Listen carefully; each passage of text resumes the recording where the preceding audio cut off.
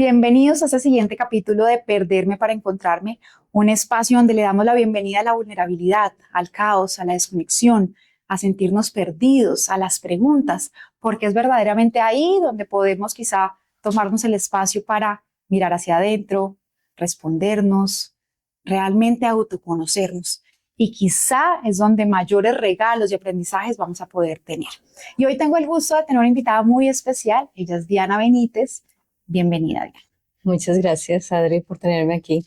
Gracias a ti. Y es justo hoy que quiero hacer una presentación, no es del hacer, porque desde ahí es muy fácil entonces saber que Diana es filósofa, es coach espiritual, es mentora en propósito de vida, sino que quién mejor que tú misma que te presentes desde el ser. ¿Quién es Diana? Bueno, pues efectivamente es mucho más fácil esas presentaciones con esos rótulos ya creados, pero si me preguntas desde el ser, me podría definir como una eterna buscadora. Creo que ese ha sido como mi siempre, mi siempre estar buscando respuestas, muy inquieta, muy curiosa, sobre todo también de mucha introspección, de conocer también otras culturas, otras realidades. Entonces, como que esa búsqueda ha sido como siempre a todo dar, así que me definiría como una buscadora. Y últimamente también como una encontradora, porque también he ido encontrando cosas, porque a veces como que digo, bueno, solo buscar, buscar, buscar, y mentiras que también he ido encontrando muchas cosas que no sabía que también existían, tanto en mi interior como en otras personas, en otras cosas. Entonces, ese encuentro también ha sido bonito, encontrar cosas. Gracias por contestarlo desde ahí. Y ahora te pregunto, últimamente hemos visto que hay muchas personas permanentemente hablando de hay que encontrar el propósito de vida. Recuerdo que a los 15 años decía, ¿será que verdaderamente hay que encontrar un propósito? ¿Hay que encontrar una carrera? A los 24 años, en el primer podcast que yo les mencioné que me sentía perdida, se hablaba mucho del propósito. ¿Qué es propósito para ti? Bueno, el propósito para mí es como un faro de luz, una brújula que te está como guiando hacia donde tú quieres ir, hacia donde tu pasión te está moviendo. Es como esa lucecita que por más que pasen como todos estos desencuentros que tú dices y todo este caos, en algún momento como que vuelves a ver esa luz y dices, no, y recordar hacia dónde iba. Por eso para mí el propósito es recordar quién soy, recordar qué quiero, recordar cuál es mi contribución al mundo. Va más como en ese sentido que algo ya pues creado, una etiqueta ya hecha, sino que es algo que debo buscarlo en mi interior y pues sí, ese es como lo que yo entiendo por propósito. Efectivamente el propósito se ha ido pues viralizando, entonces mucha gente quiere hablar de propósito, pero el propósito muchas veces se confunde con los roles. Entonces mucha gente dice, no, es que yo ya soy médico, soy mamá, soy un empresario, entonces se confunde, digamos, con un rol, el propósito, se confunde con el trabajo, porque entonces digo, no, es que yo ya trabajo en esto, entonces yo ya tengo mi propósito, entonces muchas veces se confunde con ese trabajo, se confunde con las metas, y yo creo que esa es la confusión más alta que hay, entonces se traza uno metas y uno dice, no, yo ya tengo propósito, pero cuando esas metas terminan, cuando ese trabajo se acaba, cuando ese rol ya no existe, entonces allí es cuando la gente dice, bueno, ¿qué estoy haciendo aquí? Y allí es donde realmente surge el propósito y es allí donde aparece como esta necesidad de conectar con el propósito de vida. Desde tu experiencia, ¿cuál es el momento quizá en el que por primera vez podríamos empezar a ahondar y a descubrir ese propósito? ¿Eso nace desde niños? O sea, un niño a los 5 años podría decir, este es mi propósito, a los 10, a los 15. ¿Cómo de alguna forma, en qué momento de vida nace por primera vez en los humanos esta pregunta y desde cuándo la podemos como declarar y ver con mayor claridad? Pues yo sí creo que de alguna manera el propósito, de alguna manera uno sí nace con el propósito, pero eso sería una discusión muy larga si nace o se hace. Sin embargo, mientras vamos creciendo, digamos que lo principal es que la esencia no se pierda. Cuando crecemos, la esencia muchas veces se va perdiendo. ¿Por qué?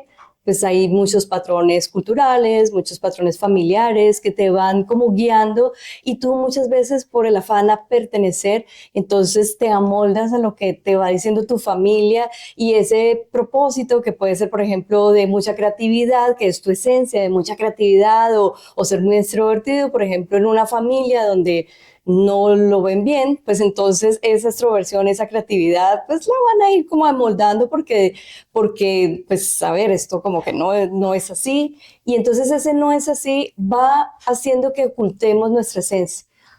Entonces eso quiere decir que en esa primera infancia, incluso en la adolescencia, todavía nuestra esencia no es muy clara porque todavía está muy vinculada a esos patrones familiares. Yo diría que después de la adolescencia y especialmente cuando ya empezamos a hacer estas búsquedas donde decimos, a ver, ¿yo qué quiero de la vida?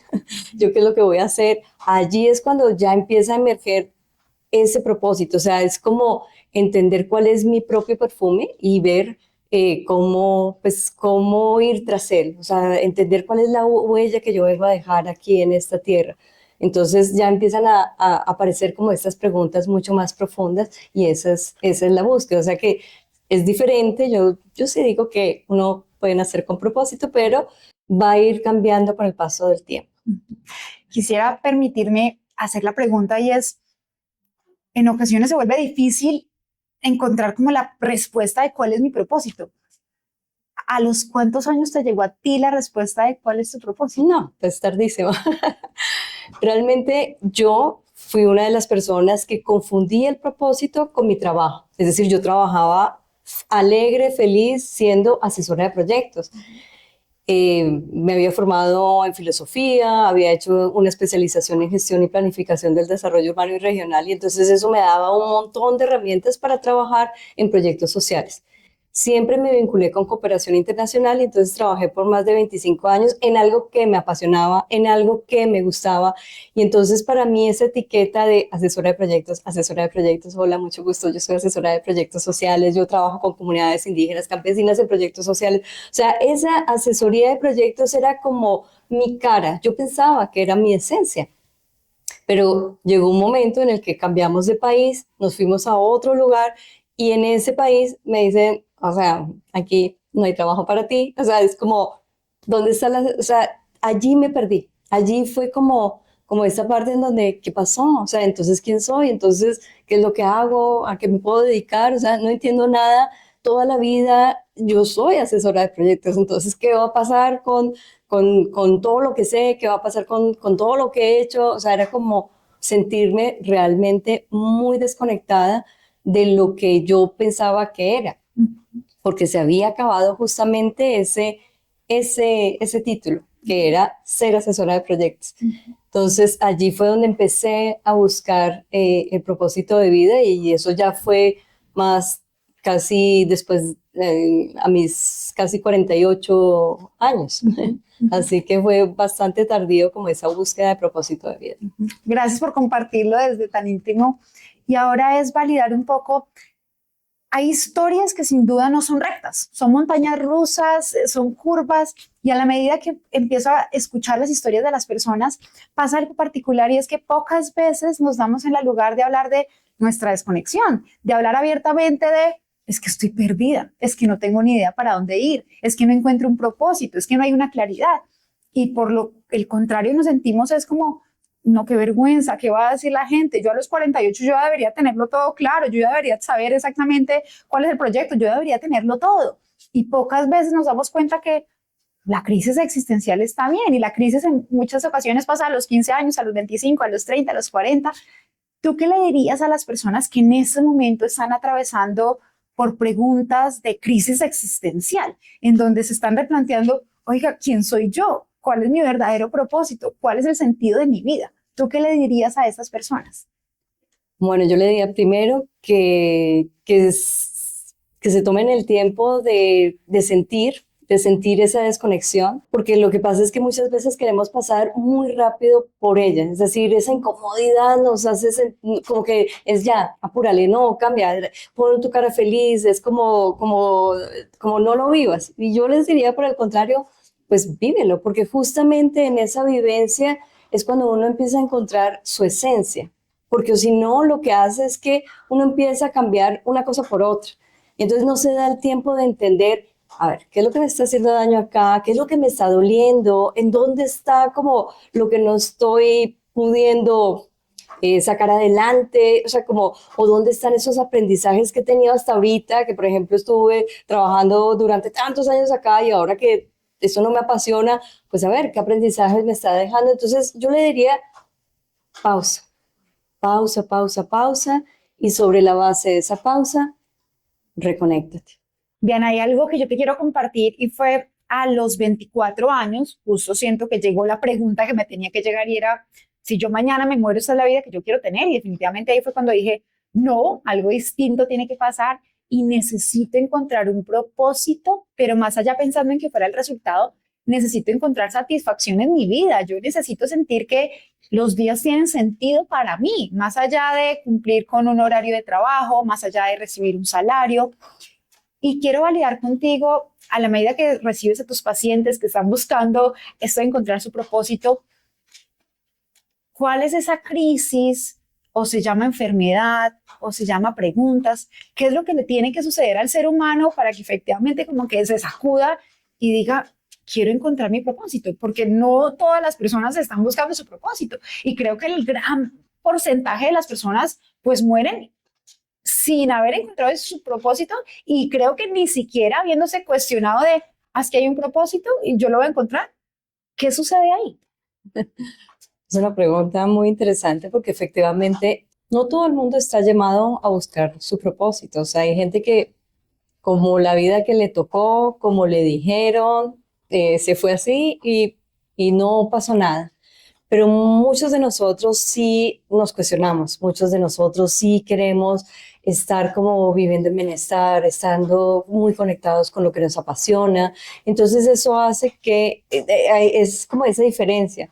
A mí la verdad no es que me preocupe esa diferencia, o sea, yo siento que mi propósito no es despertar a la gente que está, para que por favor ve y busca tu propósito, no. Siento que más bien cada quien va encontrando como su momento adecuado. Además porque eh, ya esto lo sé por experiencia propia, que nadie puede hacer nada por el otro. Es decir, muchas veces tenemos muchas herramientas súper lindas, pero cuando uno va y las presenta, mucha gente dice, ¿pero eso para qué? Porque a veces llegan en el momento menos adecuado. Entonces, a veces tenemos como esa urgencia de despertar a otros y decir, mira, por favor, haz esto, haz aquello. Pero cuando la gente no está preparado para recibir eso, pues simplemente, pues no lo va a hacer. Entonces, yo siempre digo, bueno, les hablo a los que resuenen con esa frecuencia, a los que resuenen con esto que estamos hablando, y todo aquel que quiera o que esté confundido o que esté buscando algo en su vida para buscar propósito, pues yo les puedo dar como las herramientas, o sea, una guía, una orientación, o sea, lo que necesiten para ello. Gracias, Diana. Ahora, yo recuerdo que a los 24 años, efectivamente, cuando sentí que me perdí, cuando estaba en crisis existencial, lo primero que yo dije, pues voy a renunciar, renuncié a mi trabajo. Y no tenía ni idea de cómo empezar esa búsqueda. Y entonces colocaba en Google literalmente cómo encontrar el propósito. Y sale un montón de formularios, salen cursos, salen. ¿Cuál sería tu recomendación? Si verdaderamente hoy digo, ya estoy comprometido con encontrarme, con tener un sentido, ¿cuál deberían ser esos siguientes pasos?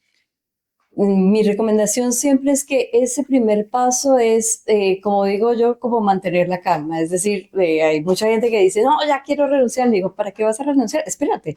Primero encuentra tu propósito, porque es probable que hay gente que puede vivir del propósito y hay gente que simplemente en su mismo trabajo puede encontrar su propósito. Entonces, no necesariamente, digamos, una cosa riñe con la otra.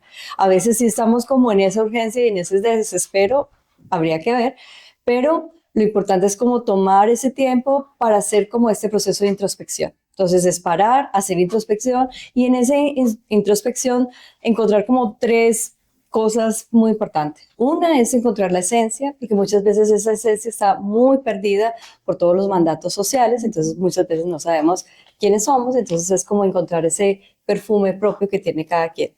Lo segundo es encontrar como esa habilidad, ese proceso transformador que tú vienes a hacer. O sea, que tú dices, claro, si mi esencia es ser creativa, ese proceso transformador pasa por enseñar o pasa por elaborar o pasa por, no sé, hacer estos podcasts, pasa por, o sea, encontrar eso y finalmente encontrar algo que se llama la misión, que es como ok, si he venido y tengo esta esencia y tengo este don, este poder transformador, ¿cómo entonces, cómo voy a contribuir al mundo? ¿Qué es esa misión? Entonces, esta es como la formulita clásica que aprendí a través de armonía, a través de Tim Kelly, que es uno de los grandes maestros en propósito, y entonces pues para mí ha funcionado y para mucha gente que está haciendo propósito también le ha funcionado y lo ve también muy sencillo, muy práctico. Y se hace preguntas como la que tú acabas de hacer, o sea, ¿qué pasaría si tuviera, por ejemplo, todo el dinero del mundo, ya hice todo lo que quería hacer? ¿Qué haría? Todavía tengo tiempo y ¿qué haría, por ejemplo, con todo ese dinero? O, o ¿qué haría si estoy en mi lecho de muerte, mirar hacia atrás y de qué me sentiría súper satisfecha? Esas son como preguntas claves para propósito. Recordar incluso qué me gustaría, o sea, cuando yo era niña, cuando estaba en la primera infancia, como qué me gustaba hacer. O sea, todo eso son pistas que vamos recogiendo a lo largo del tiempo para encontrar propósito. Gracias. Ahora, recordamos que así como yo me he perdido y en muchos momentos de la vida han llegado estas preguntas existenciales, tú mencionabas que tú también tuviste ese momento de, bueno, ¿realmente quién es Diana? ¿Cuáles fueron los mayores aprendizajes que tú tuviste para ti a raíz de esa crisis, a través de esa pregunta de quién es verdaderamente Diana? ¿Qué regalos encontraste para ti al haberte perdido? Uy, muchísimos, muchísimos. Especialmente porque, claro, estaba como tan, tenía así como, como caballo cochero, iba solamente por una sola vía. Me estaba perdiendo como la oportunidad de trabajar, por ejemplo, en esto que hago actualmente, que son sesiones de uno a uno. O sea, para mí siempre era como, me veía más como en el trabajo que yo tenía, que era como asesora, entonces siempre facilitaba talleres, hacía como muchas cosas en ese estilo, pero creo que para mí un punto ciego es que era buena justamente en este uno a uno, en este poder guiar, en liderazgo, en comunicación, en todas estas habilidades blandas, y como que yo eso no lo había visto. Entonces empecé como a agarrar de la experiencia y decir, ok, sí, he hecho esto y que me encanta.